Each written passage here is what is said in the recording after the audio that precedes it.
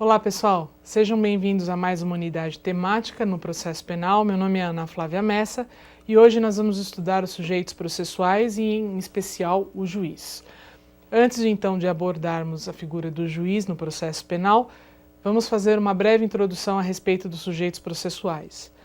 O processo é uma entidade complexa que possui dois aspectos, o aspecto intrínseco e o aspecto extrínseco. No aspecto intrínseco, o processo é uma relação jurídica que se estabelece entre o juiz, o autor e o réu. E no seu aspecto extrínseco, o processo é um procedimento, é uma sequência de atos que permite o desenvolvimento do processo.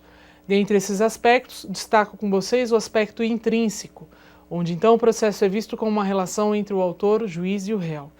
Nesta relação jurídico-processual, o processo então ele é formado por dois elementos, o elemento objetivo e o elemento subjetivo.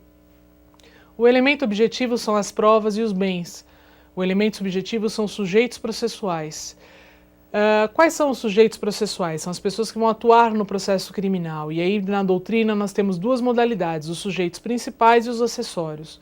Os principais são aqueles considerados indispensáveis para a existência da relação processual.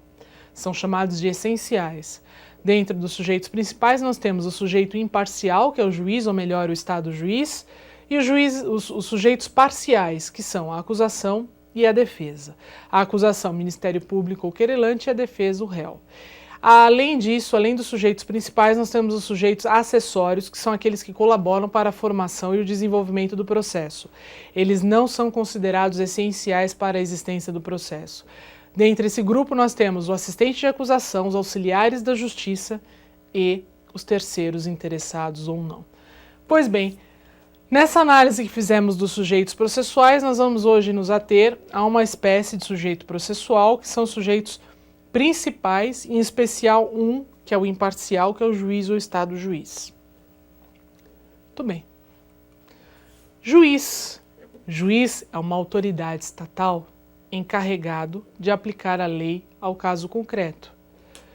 Para o juiz funcionar num processo, ele precisa ter investidura, ou seja, ser regularmente investido na função, seja por concurso público ou nomeação.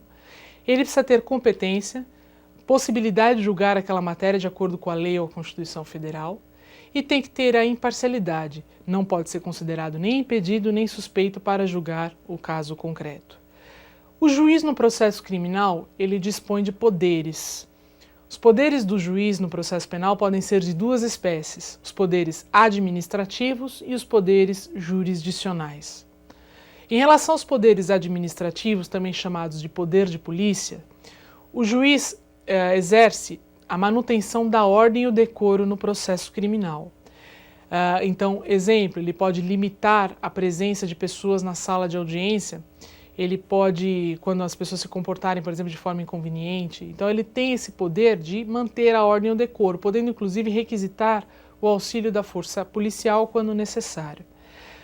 Além desses poderes chamados de administrativos, nós temos também os poderes jurisdicionais. Dentre esses poderes jurisdicionais, a doutrina classifica em duas espécies, poderes meios e poderes fins. Em relação aos poderes meios, nós temos os poderes ordinatórios, que são aqueles que permitem a condução do processo até a decisão, e os instrutórios, onde o juiz visa coletar dados que visem formar o seu convencimento a respeito do caso concreto. Os poderes fins são os decisórios, em que o juiz dá uma solução ao processo, e os executórios, onde o juiz visa efetivar ou concretizar uma sanção penal.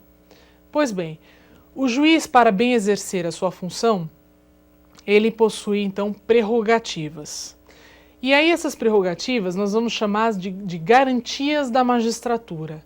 As garantias da magistratura podem ser institucionais ou funcionais. As garantias institucionais são aquelas asseguradas ao Poder Judiciário como instituição, como um todo.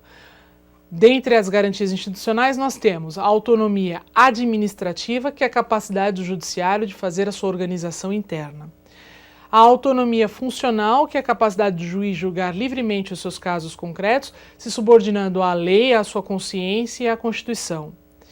A autonomia financeira, que é a capacidade do judiciário elaborar as suas próprias propostas orçamentárias, a sua própria planilha de gastos.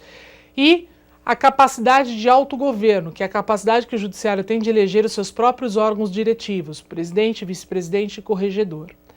Além das garantias institucionais, a magistratura também possui garantias funcionais, que são aquelas garantias concedidas aos membros do judiciário individualmente considerados. Essas garantias funcionais elas podem ser garantias de independência e as garantias de imparcialidade. As de independência são a vitaliciedade, o juiz só pode vir a perder o cargo de maneira forçada com a sentença transitada em julgado. A vitaliciedade é adquirida pelo juiz em primeira instância após 2 anos de exercício efetivo e em segunda instância com a posse. Além da vitaliciedade, o juiz tem a irredutibilidade de vencimentos e tem a inamovibilidade. O juiz não pode ser removido de um local funcional para o outro, a não ser que tenha vontade para isso, por vontade própria. Há um caso em que é possível sim a remoção compulsória do juiz, quando houver um motivo de interesse público e houver uma decisão do Tribunal ou do Conselho Nacional de Justiça por maioria absoluta determinando essa remoção. E além das garantias de independência, nós temos também como modalidade de garantias funcionais as de imparcialidade. As de imparcialidade são as proibições ou vedações a que os juízes estão sujeitos. Nós temos 2 garantias de imparcialidade ou 2 tipos de vedações. As vedações previstas na LOMAN, Lei Orgânica da Magistratura Nacional, que é a Lei Complementar número 35 de 1979, e as vedações previstas na Constituição Federal. No concurso de vocês é objeto as vedações previstas na Constituição Federal. Quais são então elas? Nós temos, primeiro, a vedação política. O juiz não pode se dedicar na atividade político-partidária. Nós temos a vedação funcional. O juiz não pode exercer outra função pública, ainda que em disponibilidade, salvo uma de magistério. E a vedação financeira. O juiz não pode receber a qualquer título, sobre qualquer pretexto, honorários, percentagens ou custas processuais. Também o juiz não pode receber nenhum tipo de auxílio ou contribuição de entidade de pessoa física ou entidade pública ou privada, salvo as exceções previstas em lei. E nós temos também uma vedação que tem o nome de quarentena. O juiz não pode exercer a advocacia pelo prazo de 3 anos perante o órgão do qual ele se afastou, seja por aposentadoria ou exoneração. Muito bem. Além disso, em relação ao juiz, nós temos essas garantias, né, da magistratura, que são as funcionais e as institucionais. Nós temos também em matéria de juiz a ideia de que, como eu falei no começo, ele precisa ter a investidura, regularmente investido na função por concurso ou nomeação, precisa ter competência, atribuições definidas em lei ou na Constituição para julgar aquele caso, e a imparcialidade, ele não pode ser nem impedido nem suspeito. Pois bem, vamos falar um pouquinho sobre essa imparcialidade do julgador. Nós temos na Lei Processual Penal, arrolados, entre os artigos 252 e seguintes, os motivos de impedimento e suspeição do juiz. Isso vale também para o tribunal. Quais são esses motivos de impedimento e suspeição? Qual é a diferença entre as duas realidades? Em relação ao impedimento, impedimento são os casos em que o juiz não vai poder exercer a jurisdição naquele caso, naquele processo. São motivos considerados de caráter objetivo, são casos em que há uma presunção absoluta de parcialidade do juiz na análise de um determinado processo em que ele for julgar, e esses casos de impedimento constam na lei, no artigo 252 e 253, num rol taxativo.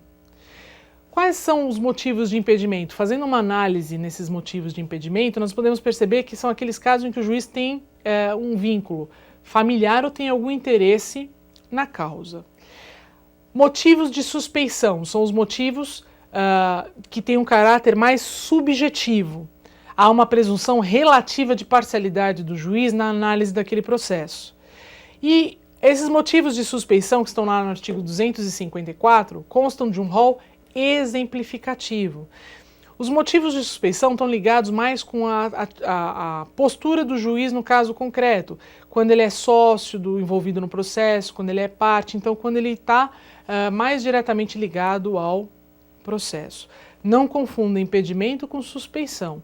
Impedimento, caráter objetivo, presunção absoluta de parcialidade, rol taxativo. suspeição, presunção relativa, rol exemplificativo e casos em que eu tenho um caráter mais subjetivo de motivos na lei. Outra coisa para nós terminarmos a análise dessa parte do juiz no processo criminal.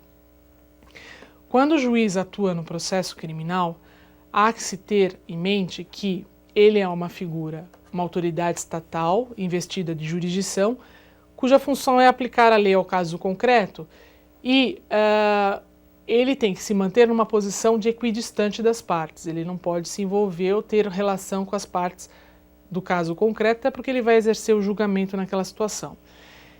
E como vimos, a magistratura tem as garantias, né? E o juiz tem as garantias funcionais, as de independência, como foi falado, vitaliciedade, inamovibilidade e redutibilidade de vencimentos.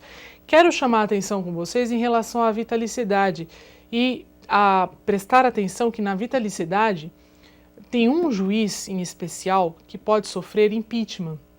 Ele pode perder o cargo por ter praticado uma infração política, assim como acontece muito nos chefes do executivo, né? Presidente, governador.